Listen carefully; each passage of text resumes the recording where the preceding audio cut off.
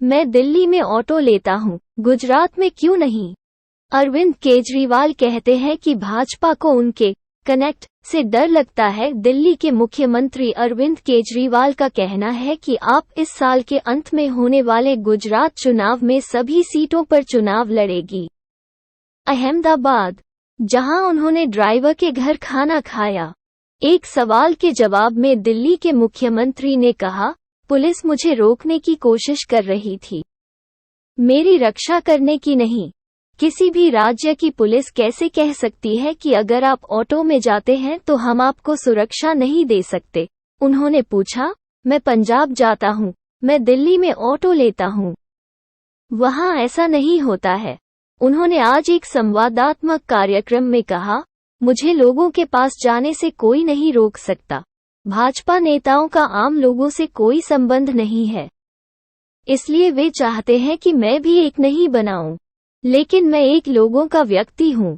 लेकिन वह जाहिर तौर पर नहीं चाहते थे कि पुलिस पर हमला हो, इसलिए उन्होंने बाद में ट्वीट किया कि उन्हें भाजपा के गलत काम करने के आदेश से इनकार करना चाहिए। उन्होंने कहा कि आप पुलिस कर्मियों के वेतन और अन्य मुद्दों को उठाएगी। उन्होंने घोषणा की कि पार्टी, जिसने 2022 में पंजाब में बड़े पैमाने पर शुरुआत की, जहां उसने दिल्ली के बाहर अपनी पहली सरकार बनाई, इस साल के अंत में होने वाले गुजरात चुनावों में सभी सीटों पर चुनाव लड़ेगी।